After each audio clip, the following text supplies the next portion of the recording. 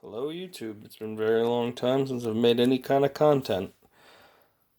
What brings me back today is I thought I would do a review on my vintage Timex camper.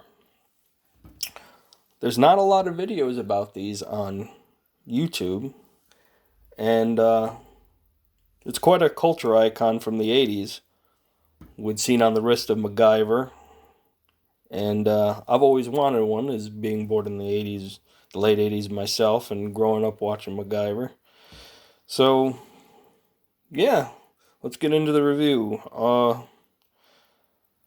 This one is from March of 1988.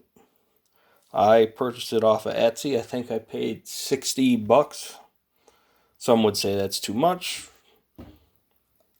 It's the only one I could find that I didn't have to go on eBay and mess around with bidding and all that kind of stuff. And it seemed in decent enough condition. So that's why I picked it up. And it had free shipping. It was here very quick. The seller was very great. Let's talk about the dimensions of it. It's 36 millimeters. Basic field watch. Very light. It is the lightest watch I own. I wear it quite a bit. Now, this one's, 30-something years old. It doesn't keep the very best time. It's gaining about 40 seconds a day. So know that if you're going to buy a vintage one, that the timekeeping might not be the best. Yeah, the crystal's in decent shape. It does need to be polished. I would like to have it serviced. There is someone that supposedly specializes in vintage Timex and servicing them. At some point, I may have it serviced. They actually still make this watch. It's called the Mark 1. It is a quartz movement, and they go for about $80. I thought about picking one up instead of this back then, but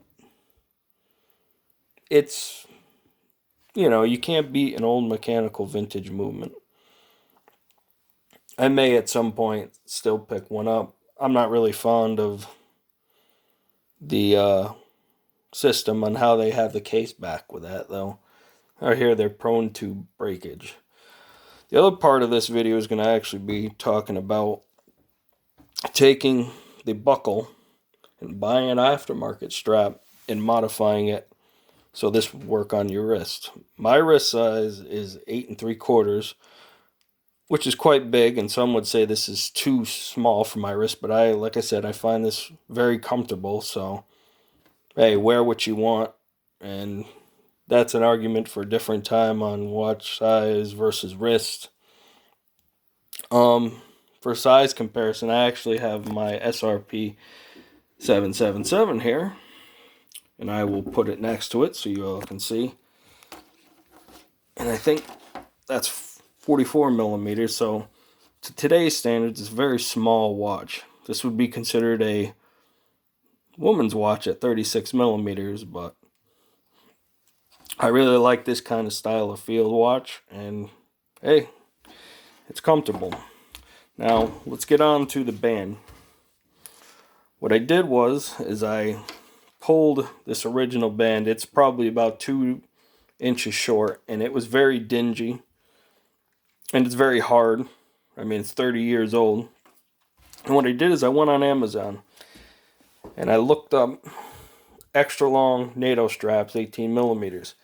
And this particular one came up that's on it now, and it's from a seller called Wocci, Wocci, and I paid like $10 for it.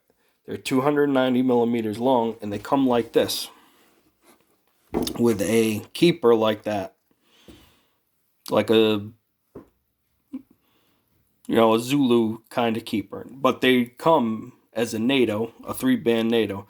The big issue with this stock strap, how it was, why I modified it is on the 3-ring on the bottom, it actually has a Wocci or whatever their name is tag, sewn into the bottom. And it's very uncomfortable. The stitching irritates the crap out of your wrist. So what I did was I cut it, melted it, and I tapered it so it doesn't irritate the skin. And I did the same with my 22 millimeter version.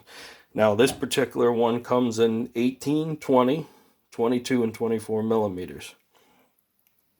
The other thing you should know about the camper before, if you think about purchasing one, is they have built-in spring bars, meaning you cannot use a two-piece strap. So you have to use a one-piece. You can use a Nato or a Zulu. Remember, Nato is 3 rings, Zulu is one piece.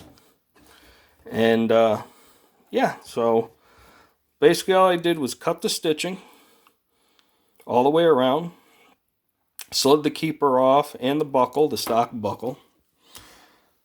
I took it and I fed it through, and you can actually see the holes from the original buckle, but it works pretty well and it's very comfortable. Now I have it on this one just to show you all, but if you do have a bigger wrist, don't be afraid to do something like this. Now the other thing I tried to do was to match the original profile. I didn't do it very good. This is actually a lot thicker than the stock strap, so you should know that. And I actually had to melt the ends and taper them so it would fit through the built-in spring bars. But once it was done, it's very comfortable. I tend to wear it in the center like that with this strap.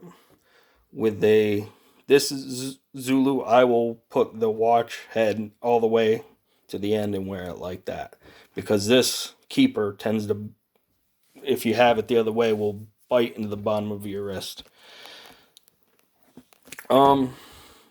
Yeah, that's about it. If you have any questions or comments, let me know on YouTube and I'll answer them to the best of my ability. If you're looking for someone else that did a review of this watch, his name was Simply Vintage Watches, and he has quite a thorough review. And I watched his video, and yeah, I had to get one of these. That's what got me into wanting to get one of these. And you will see I actually commented on his video. Now, let's get on to content that I'm thinking about doing. I used to do other kinds of content like gun videos and whatnot when YouTube first started. But in the current environment, I'm unsure about it.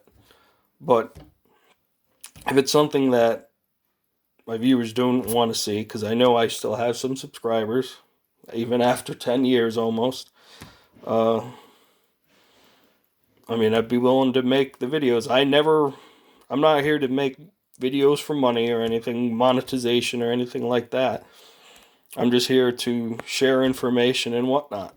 I have more watches I can do reviews on. I have my Seiko. I have other vintage watches. And yeah, I'm very unique, as most people on YouTube, I see they have average size wrists.